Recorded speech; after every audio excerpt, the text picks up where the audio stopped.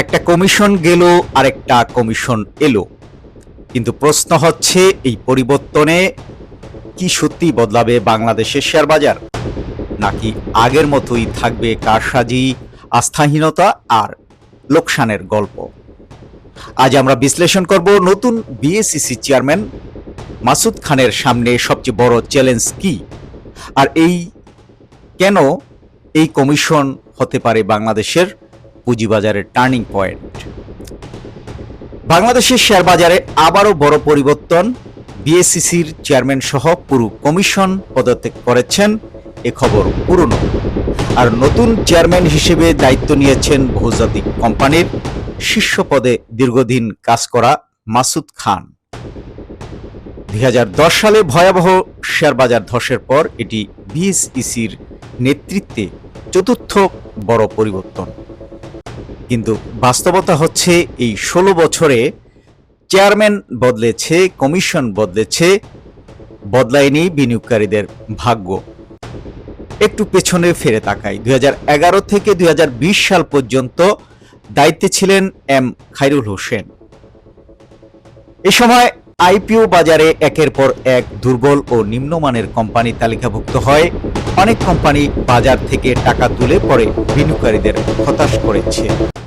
এরপর আসে শিবলি রুবায়েতের সময়। এ সময় বাজারে তারল্য ও সূচক বাড়লেও অভিযোগ ওঠে সেকেন্ডারি মার্কেট, সিন্ডিকেট ও কারসাজিকারীদের নিয়ন্ত্রণ চলে গেছে। অনেক দুর্বল শেয়ার অস্বাভাবিক বাড়ানো হয়, পরে সাধারণ বিনিয়োগকারীদের ফাঁদে পড়ে। তারপর আসে খন্দকার রাশেদ মাকসুদের কমিশন।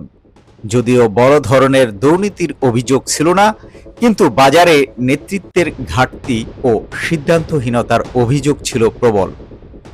এমনকি ইতিহাসে প্রথমবার বিএসইসি চেয়ারম্যান ও কমিশনাররা নিজেদের কর্মীদের হাতেই নাজেহালের শিকার হন।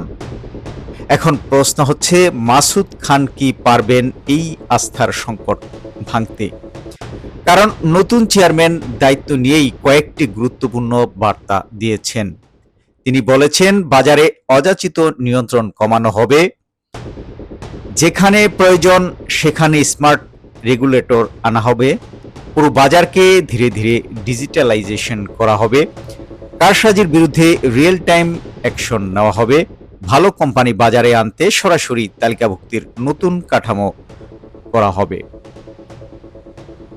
শুনতে খুবই ইতিবাচক, কিন্তু বাস্তবতা চ্যালেঞ্জ এখানেই। কারণ বাংলাদেশের শেয়ার বাজারের সবচেয়ে বড় সংকট এখন আস্থা। আজ অনেক বিনিয়োগকারী ভালো কোম্পানির শেয়ার কিনতেও ভয় পান, কারণ তারা জানেন না কখন বাজারে কারসাজি হবে, কখন হঠাৎ দরপতন হবে, আর কখন নীতি নির্ধারণী সিদ্ধান্তে বাজার কেঁপে উঠবে। এখানে সবচেয়ে বড় গুরুত্বপূর্ণ বিষয় হলো, নতুন কমিশন কি সত্যি বাজারকে ম্যানুয়াল কন্ট্রোল থেকে বের হতে পারবেন কিনা। কারণ অতীতে দেখা গেছে ফ্লোর প্রাইস, অস্বাভাবিক হস্তক্ষেপ, কৃত্রিমভাবে সূচক নিয়ন্ত্রণ, দুর্বল কোম্পানিকে প্রশ্রয়, এসব কারণে বিদেশি বিনিয়োগকারীদের বড় অংশ বাংলাদেশি বাজার থেকে মুখ ফিরিয়ে নিয়েছেন। এখন মাসুদ খান বলেছেন, বাজারের ন্যায্য মূল্য নির্ধারণ করবে বাজার নিজেই, অর্থাৎ কৃত্রিমভাবে দর নিয়ন্ত্রণে যাবে না কমিশন। যদি সত্যি এই অবস্থান ধরে রাখা যায়, তাহলে এটি হতে পারে বড় পরিবর্তন। আরেকটি বড় চ্যালেঞ্জ হচ্ছে ভালো কোম্পানির সংকট। বাংলাদেশের অনেক বড় ও লাভজনক কোম্পানি এখনো শেয়ার বাজারে আসতে চায় না, কারণ তারা বাজারে আস্থা পায় না।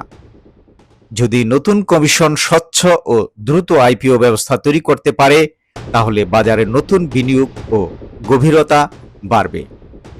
এছাড়া আরও বড় চ্যালেঞ্জ রয়েছে মিউচুয়াল ফান্ড খাত পুনরুদ্ধার, জেড ক্যাটাগরির কোম্পানির বিরুদ্ধে কঠোর ব্যবস্থা, প্রাতিষ্ঠানিক বিনিয়োগকারীদের সক্রিয় করা, বিদেশি বিনিয়োগ বাড়ানো, বাজারে সুশাসন ফিরিয়ে আনা।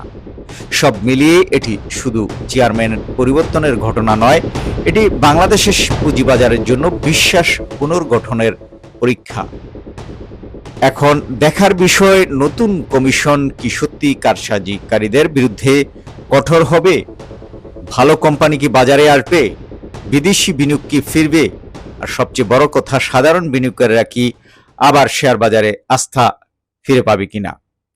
কারণ বাংলাদেশের অর্থনীতির ভবিষ্যতের সঙ্গে এখন পুঁজিবাজারের সুস্থতা সরাসরি জড়িত।